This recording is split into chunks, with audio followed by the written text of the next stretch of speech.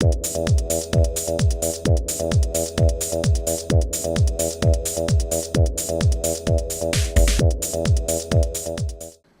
there folks, today I'd like to take a casual peek into the ThunderCats Tygra action figure set by Bandai America. This version of Tygra is part of the 6-inch scale of action figures based off the new animated series of ThunderCats, and I don't know if this set has an official release date at retail because Bandai America canceled the ThunderCats toy property before this figure hit mass retail, at least from what I've been searching for. And I purchased this set in 2012 through a seller on eBay and paid $30, not including shipping, for this set. Taking a look at Tygra here in the packaging, you can see Tygra as he is depicted in the new animated series.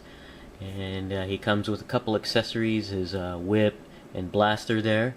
And the packaging does describe this figure having 18 points of articulation, which is nice. Down here we have a nice picture of Tygra there. Pretty cool. Here we have the back of the packaging with a very brief description of ThunderCats there. And you can create multiple action poses. And we have a nice picture of Tygra, the action figure, as well as his accessories there. And down below we have other figures from different lines. Here are the classic ThunderCats, which I believe is also canceled. And I believe this is the 6-inch scale of the figures of Lion-O and Mumra. And here we have figures from the new animated series, 6-inch scale line of Lion-O, Mumra, and Cheetara. Now we'll be right back and have Tygra here out of the package. Okay, we're back and we have Tygra here out of the package, and I really do like this figure. I am a fan of Tygra. He's my favorite ThunderCats hero, both in the classic series and the new animated series, and I like him regardless of his flaws, and he does have some flaws, and we'll get to those as we go along. But first, let's go ahead and take a look at the accessories that come included with Tygra.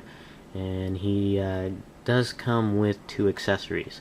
The first one here is the whip, and I'll just take that out of his hands here, and I'll show you some of the details in the whip.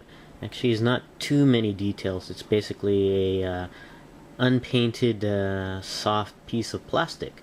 You can see the handle here. It does have some elastic band wrapped around there, and that's because the figure, the hand that wields the whip, the fingers are a little bit too open, and it doesn't have a good enough grasp onto the whip, so I added the elastic band to make it a tighter grip on there.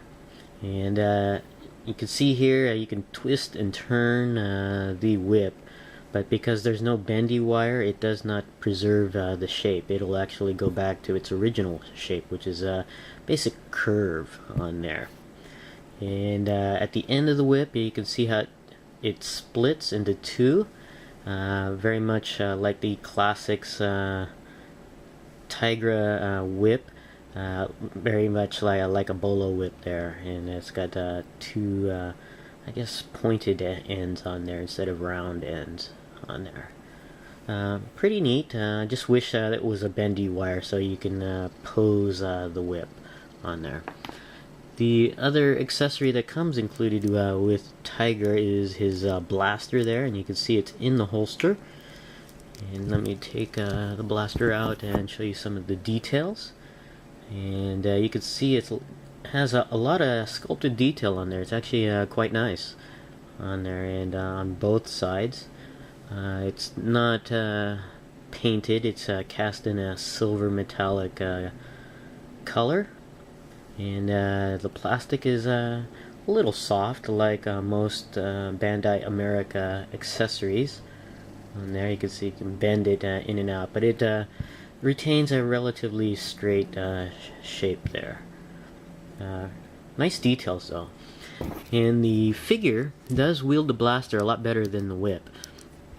You just fit it in Tygra's right hand there, and you can see he's got his trigger finger there, and you can place it in there, and he has a nice tight grip on there, and pretty much straightforward grip as well. So that's pretty nice that he's able to wield it effectively. So pretty cool. Now taking a look at the Tygra figure, and it does represent the Tygra from the new animated series very well. Pretty close to accurate, not quite accurate, but pretty close. And you can see Tygra here, and I guess he's got armor on here, on his arm, and some of his legs here. And it's very much like the show Tygra.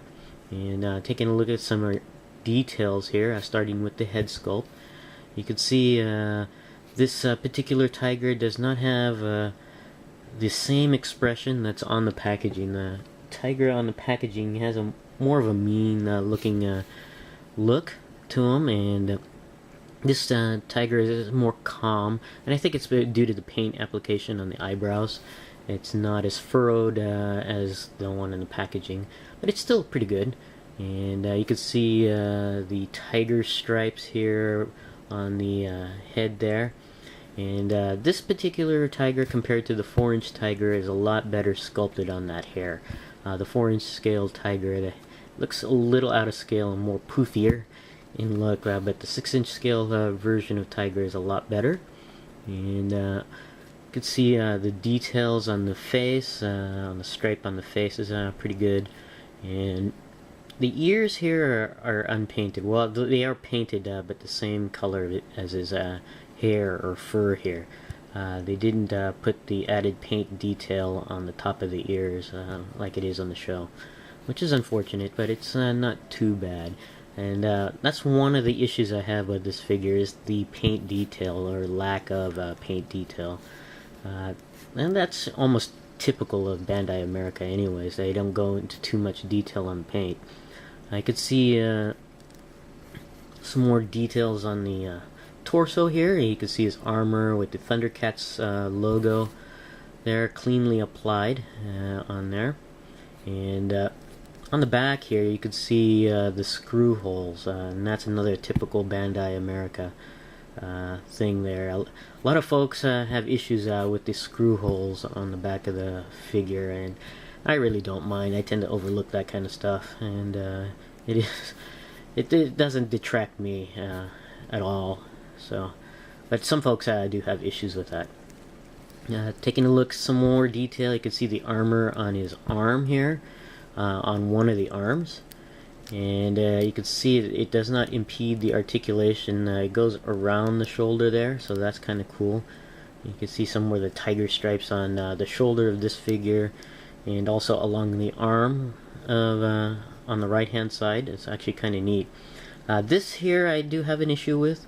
This is supposed to be part of the shoulder armor over here, but Bandai America decided just to sculpt this onto the shoulder instead of having like a flap over there, much like the Lion-O figure. I wish they had a flap on there, because the way they have it sculpted on the arm, it looks detached, doesn't really look like it's part of an armor. It looks like something that he attached to his shoulder on there. I think they did that for articulation purposes, but they could have done it like a Lion-O with a separate piece of plastic over the shoulder, but that's okay. And it's got a little bit of paint slop on there, some orange paint on there that can probably easily be removed on there. Some more details, you can see the fur on his forearm. It's actually kind of neat. And he's got a wristband there, and some fingerless gloves, which is kind of cool. Down here we have his belt that has a holster on there, some canisters, and what looks like a pouch on there. It's actually kind of cool, although it's unpainted silver. And I believe on the show the belt is painted or a different color, so it would have been nice if that was painted on there, but it's not, unfortunately. And it's actually a separate piece. It's not part of the sculpt, and it's actually pegged into the side over here. You can see the peg going into the peg hole on the waist there. So if you remove the peg, it'll actually be very, very loose. But with the peg in there, it's nice and secure. You can move it a little bit, but it's pretty much secure and won't go anywhere. And moving down here, you can see some more details on the leg armor here, and you can see some straps going around the leg. But because it's unpainted and it blends into his leggings here, it's not really noticeable until you really look at it. So it would have been nice if this was a lighter bit of paint here, if they add some paint. But again, Bandai America does not like to go too much into paint detail. Looking further below, you can see the armor here on the leg. Actually kind of cool, and the feet here. And it's nice that they sculpted the wrapping around the feet there. It's actually kind of cool. So pretty good figure sculpt-wise, and lack of paint detail though. Kind of mars the figure a little bit on there. Going over the articulation of Tygra. The head is on a ball joint and basically goes all the way around, but because the ball joint is lower on the body, the head sits very close to the collar, so you really can't move the head up or down or side to side. You can do it a little bit, but not too much range of motion on the up or down movement there. The arms do go all the way around, and they do go out and in. And one thing about the elbows here, I'm not sure why Bandai did this, but there are tabs on the actual hinges on the underarm there, which prevents the movement of the shoulder, prevents the arm from going straight down, so it's out a little bit. It's about as far in as it'll go, which is unfortunate. I'm not even sure why they put that tab in there. I'm sure if that tab wasn't there, you can actually push the arms inward a little bit more, but you can't. The arms do go all the way around at the bicep. There are double hinges on the elbows, and the right arm can rotate all the way around at the forearm, while this arm does not, because it's sculpted with the armor piece there.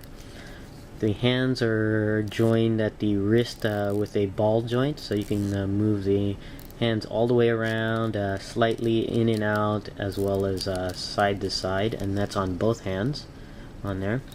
The torso is kind of interesting here. It doesn't go up or down at all, or side to side at all, but it does go, I mean, it doesn't go all the way around, but it does go side to side very well. So that's nice. The waist can go rotate side to side, but because of the I guess the lower armor here, it prevents from going all the way around. You can see the stress on the plastic already when I tried to push the torso around, and it starts to bend at these corners here, which is unfortunate. But it does go up and down a little bit, so there is sort of an ab crunch, but very slight on there. The legs are joined at the hip with a hinged swivel joint. You can see the hinge there. Allows the leg to go up, down, and back. Doesn't go up or back or down or back very well, because the leg armor here runs into the crotch armor area. You can see it also runs into the back here, so it prevents a lot of the back movement there. But the legs do go outward, but not too much due to the leg armor here. The leg does rotate at the top of the thigh on there. You really can't get it too much all the way around due to, again, the leg armor there. The knees are double jointed at the hinge areas here on the knees, and the feet do bend up and down pretty well, as well as ankle pivot, so that's kind of neat. Overall, I think it's a great figure. That's my bias for Tygra, though, showing through. But there are some issues with the articulation and lack of paint detail. And but it's still a nice figure, a great figure to have, especially if you're into the new animated series and you want to complete your team of heroes. Unfortunately, you're going to have to really look for this figure, because as of the shooting of this video, it's not very easy to find. And you really have to go to like eBay or online sellers to actually even find one, and it's hard to find at that. So hopefully it'll be produced more, or show up more in the future. But this is my casual peek into the ThunderCats Tygra action figure. Thanks for watching, and I'll see you guys next time.